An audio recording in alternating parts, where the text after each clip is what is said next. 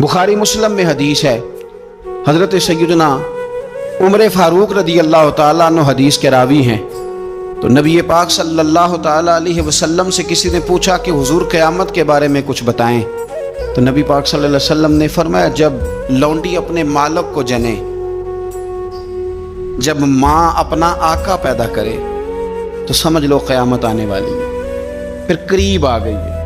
ماں جب اپنا آقا پیدا کرے، مانا کیا کہ جب بچے اتنے نافرمان ہو جائیں کہ ماں پہ حکم چلائے، اولاد ماں کو حکم سنائے، حکم اماں زیادہ باتیں نہ کیا کر، اماں تو بھی تھوڑا صبر کر، حوصلہ کر۔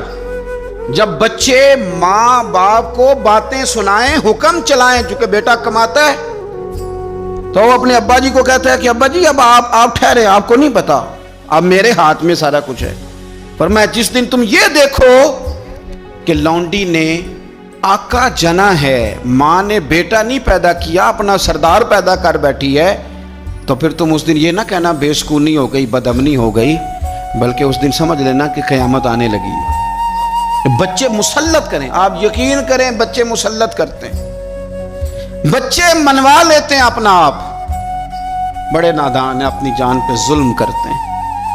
اور میں نوجوانوں کو ایک بات عرض کروں، ماں باپ کی بات ماننے کا نام ان کی خدمت نہیں، ان کو خرچہ دینے کا نام خدمت نہیں، بلکہ بتائے رسول کریم علیہ السلام نے کیا فرمایا؟ فرمایا رضا اللہ فی رضا الوالد۔ تو سمجھ جا کہ تیرا والد راضی کس بات میں ہوتا ہے۔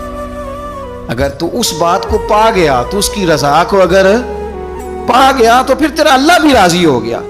تو یہ غور کر کے والد گرامی راضی کس بات؟ ان کی رضا، ماں کی رضا کے۔ یار دو یار بچوں سے چھوڑے جاتے ابے کے کہنے پر، دو دوست نہیں چھوڑے جاتے، والا ابا کہتے ہیں ان کے ساتھ نہ بیٹھا کر، کہتے ہیں ابا جی یہ تو اچھے بنے۔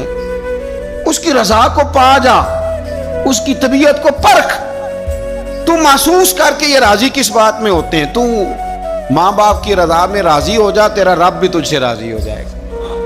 تو حضور نے فرمایا جب تم دیکھو نا، جب تم دیکھو کہ لونڈی نے آقا جنا ہے، تو پھر تم قیامت کا انتظار کرو۔ اور